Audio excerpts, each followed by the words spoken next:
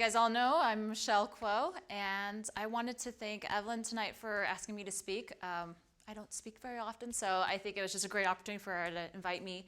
I know that the theme tonight was preparing human capital for the digital future.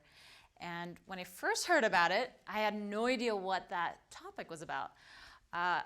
The more and more I thought about it, the more I realized that it had to do with technology and how technology is supposed to help enable us. But at the same time, I feel like technology will sometimes limit us in some ways.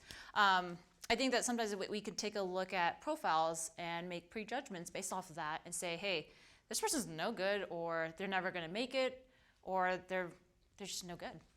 And so that's something, in terms of challenges, that's something that I've experienced my whole life. When I was a kid, I grew up in a really strict Chinese household, and I had a typical epitome of a tiger mom. And I don't know if anybody knows what a tiger mom is. I can define it for you. Definition one, or part one, is she is definitely a tiger, so it's her. The second part is she basically shoved me in everything that she could possibly think of just to pad my resume. And so I'm talking about Chinese school, mathematics. I mean, I'm spending 4 to 5 hours during summer school just doing math problems. And I did violin, piano. I even did abacus. What? Does anyone know what abacus is? It's literally, so cell phones have calculators now, right?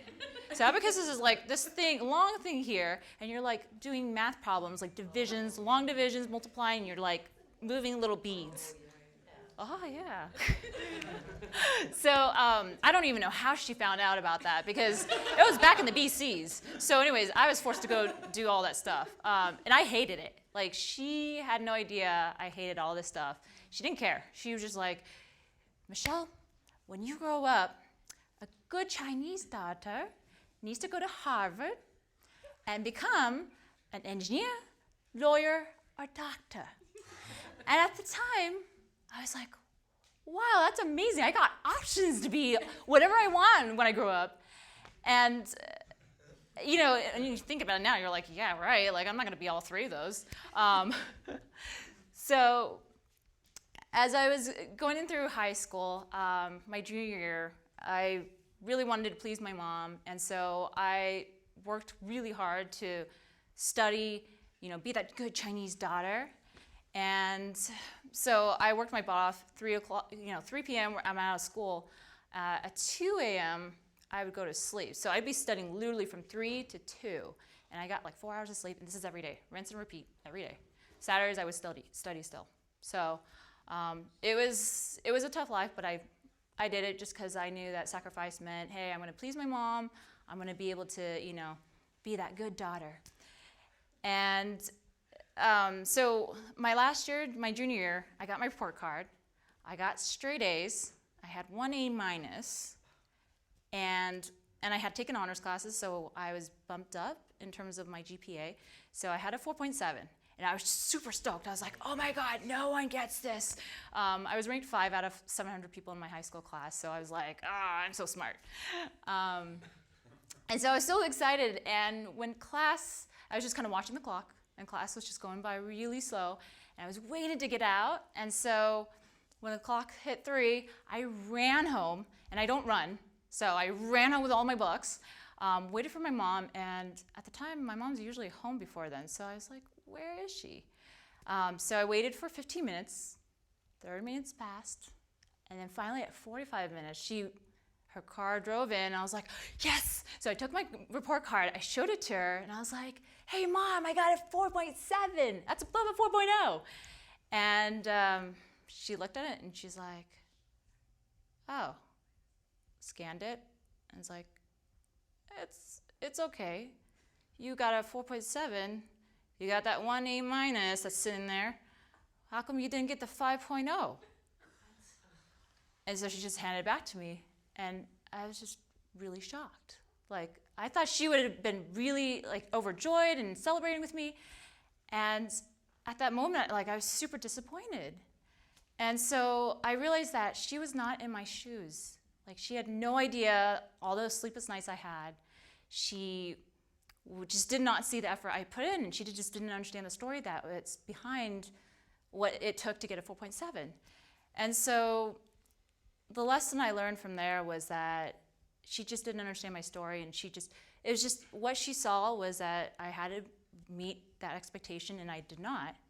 And so I had a hard time with that. And I think how it ties into kind of the theme is that just the pre-prejudice really kind of, it didn't allow for us to see eye to eye.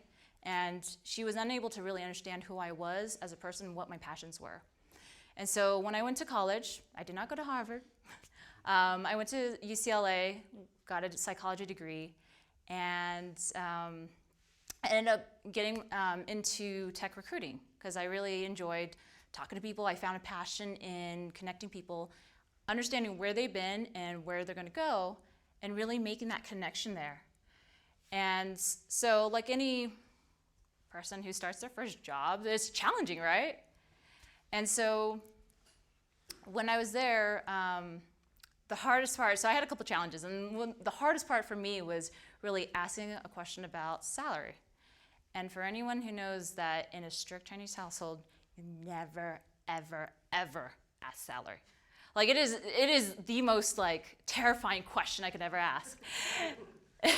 And so I would go in through interviews, and I would talk to this candidate, like, let's say 3 times, and my managers would be like, "You've had these 3 conversations and you never asked about salary." And I was like, "Okay, I'll ask." So they'd be standing on the side, I'd be picking up the phone, I'd be like, "Hi, John, I have a question for you." And of course, totally made them all nervous. "What is it that you're looking for?" Okay, cool. And I'd hang up, and I'd never ask the salary question. And I would be sweating bullets and like clamming hands, and I could never ask. And so at one point, about a year and a half later, my manager came up to me and was like, "Michelle, you basically need help, and you're having a lot of challenges. So I'm just going to let you know that you're never going to make it in this industry. You're better off going to join a company internally or just go into a different industry." And so I took what he said, and I said, "Okay, I'll think about it." The next day I put in my resignation, and I knew that I enjoyed this so much that I was going to stay in it. And so I've been here 8 years. I started my own company called JumpSearch, and we literally make changes in people's lives, and we've been making a brand within the Salt Lake market. So you see that's the background for Salt Lake. So Salt Lake City, Utah. So it's been a great journey for us, and I think the biggest thing is that if they had understood where I was and just my challenges and where I came from, I think that they would have been able to uncover that and not lose a key employee. So more of the story is, with technology, I think that it's easy to prejudge or just judge a book by its cover. But I think the hard part is really uncovering that story and understanding who that person, where they came from, and who that person is. And so what we do every day is we are telling client stories, but we're also listening to other people's stories. We're listening to canned stories, where they are and where they want to go. And so it's so critical to do both, or even just make sure that you're doing one or the other, because there's lost opportunity. If you're not telling your story as a CEO, you're not getting VC funding. You're not attracting talent. And if you're not listening to stories as well, you're losing employees. So I think that, I guess my suggestion here today is really making sure that your story is being told on social media or through video, rich content, but also listening to stories and if you're looking at someone's profiles and you're recruiting them, looking at what they have on Facebook or on YouTube or even Yelp, like what kind of stories are they telling? And it's not all inclusive, but I think it's the best thing that we can do, with our technology. So I know you guys have been listening to my story, and I've been telling you guys what's going on, and just want you guys to think and ask what your story is. Thank you.